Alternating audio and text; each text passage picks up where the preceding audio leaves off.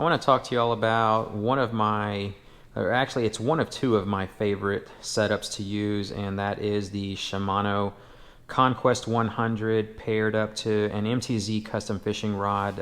Andrew Martinez built this for me, the MDLR Fishing. It is an extra light action. You can see that right there.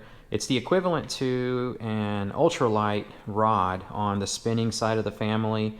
And the reason why I wanted this rod to be built was because I needed to cast all of these. Now, you can use a spinning setup, however, you don't have the control with your castability that you get with a bait caster. So I knew I needed a 7-foot rod, which that's what this guy is right here, in order to have a lot of leverage to whip these tiny small lures out there. This is a hothead bug, 1/8 ounce right here, and you've got the clickbait shrimp, also made by Bugs, and that is also 1/8 ounce. You got a 1/4 ounce quarter ounce curl tail.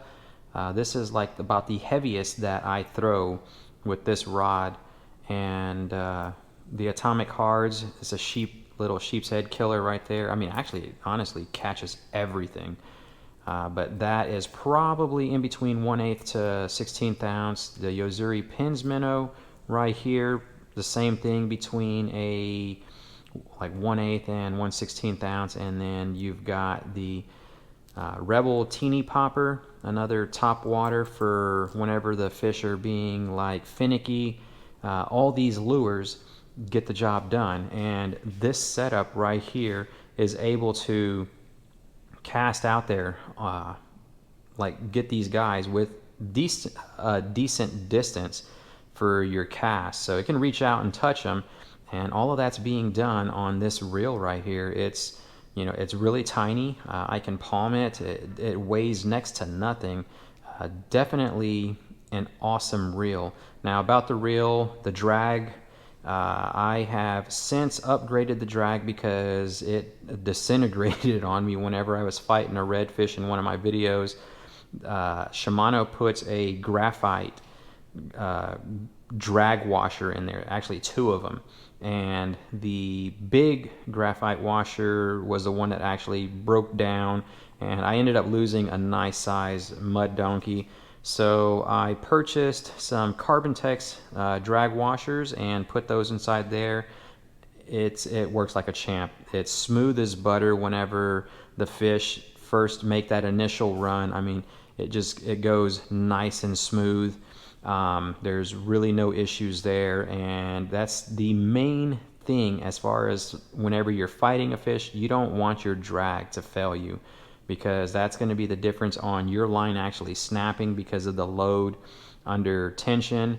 And yeah, you just don't want that. So the brakes, here we go. Let's talk about the brakes right here. This thing, again, is pretty phenomenal as far as what it can do. It's got an SVS braking system right here on the outside. I've got mine set all the way to the minimum because I honestly don't need it. I have never made the brakes go towards max, much less even touch this dial. It's set to minimum, and it works great.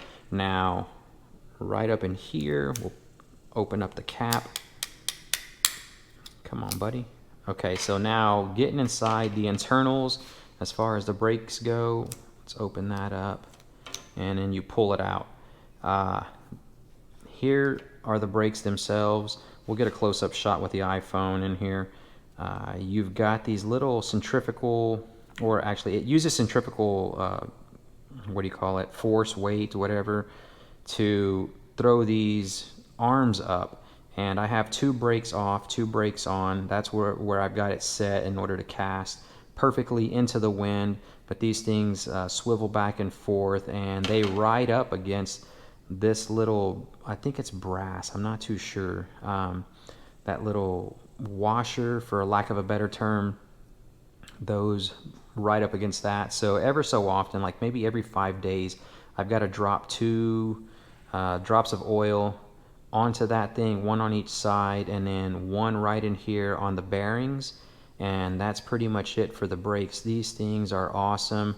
I'm able to cast into the wind And it doesn't matter how windy it is. Okay, so for the most part it doesn't. We're in darn gale force winds, well then yeah, it's gonna affect my ability to cast into it. But more often than not, I'm able to cast this thing like a dream. Makes you look like a pro because of the way you're able to get all that distance into the wind without getting the bird's nest. So that's pretty awesome. The other thing that needs to be lubed a lot is the level wind right here. Down there, that gets dried out. So again, about every 5 days I throw a couple of drops of oil in there, and it works just fine. You'll know whenever it needs it, because the level wind actually starts to click, click, click, and it doesn't actually want to move. And that usually happens at the end of each route. So when it goes right here to the end and it starts to go back, it'll freeze up, or it'll freeze up over here. But yeah, that's about the only thing you need to do as far as like weekly maintenance. So now the fishing line itself, I use Power Pro. It's 15-pound test. I did have 10-pound test on this before, but I don't know. I wanted something a little bit more as far, and I know 5 and 10 is really not much of a difference, but trust me, it does make a big difference. Because when you're in the marsh and you're fishing the oyster, when you bring it back up after fighting a fish that is near the oyster, you can kind of see how some of it gets frayed, and then that allows you an opportunity to clip and then retie. That more often than not happens towards the end of the line where the lure is. So you'll just do that. And also you want that little bit of strength to be able to cut through the grass whenever you're fighting the reds and they go under, like in Port O'Connor, and Sabine has a little bit of grass out there as well. So that 15-pound Power Pro is a champ. You don't need anything heavier, at least in my experience. And I go out there a lot, you know, on average probably 4 fishing trips a week. And in the month, I don't know, 4 times 4, 16 times in a month. So yeah, I've got a lot of experience behind this line, and it has not failed me. So I absolutely love that. This reel, I tell you what, it is a tank. It is very durable. It's aluminum, and it withstands all the corrosiveness that the salt likes to throw at it. I don't wash it off all the time. Whenever I get home after a trip, I'm usually tired, and more often than not, they only get washed like maybe once or twice a month. But it takes a beating. It fits the palm of my hand perfect for all day casting, ease of use and comfort. I'm often asked, why don't I get a level wind? Because they set lower. It's like the low profile and everything. I mean, I would get one, but you can't find them in aluminum, and you can't find them with the amount of bearings that this reel has, which just, when you cast, it's smooth. When the fish want to take off, the drag is so like responsive and smooth. It's like butter. It takes off really easy. There's no glitchiness, jerkiness. And I know there are other reels out there that do the same thing, but they don't have the aluminum frame that this thing has got. And just, it's very durable. The castability, like I said, I can cast into the wind, and I do not bird's nest at all. Well, that's a lie. I do bird's nest every now and again, but for the most part, I rarely ever have a bird's nest happen with this thing, and I rarely have to use my thumb. But yeah, this reel is phenomenal. You get every bit of what you pay for it, because they aren't cheap, but yeah, it's worth every penny that you spend. Now we move on over to the rod.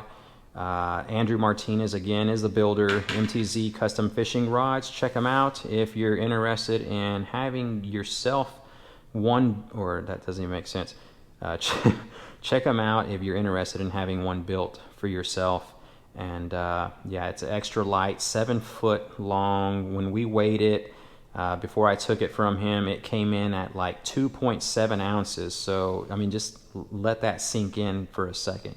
2.7 ounces, that is an afterthought. That's like a parcel that you're going to mail in, you know, from the post office. This thing is very light. My wrists were taking a beating with some of the other rods that I had. Now I rarely ever even use them because these guys do not fatigue my wrists. Whenever you're twitching, trying to work these lures, impart the action on them, this thing is very light and it's super flimsy. However, this blank, it is fairly inexpensive.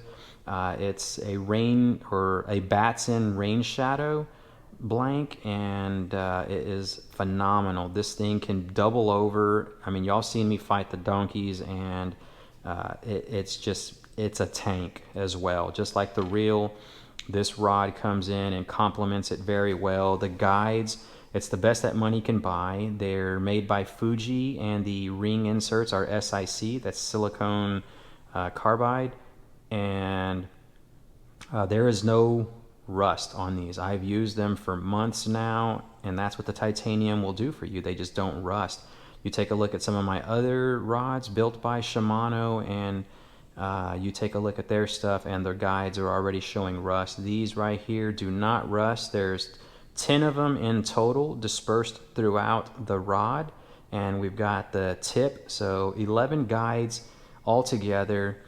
It is well balanced. It's perfectly made. The handles, they're made from two types of cork. Now I don't remember exactly which cork is which, but there's a blackish style cork and then a little bit lighter. However, they're so dirty that you can't even really tell the difference between them. But one's like burl, and then the other one's some type of German style cork. And I mean, it's super light. There's a Fuji reel seat. Now, the only thing that I really don't like about this rod, and it's due to my own design, because I told Andrew exactly how to build it and with what components.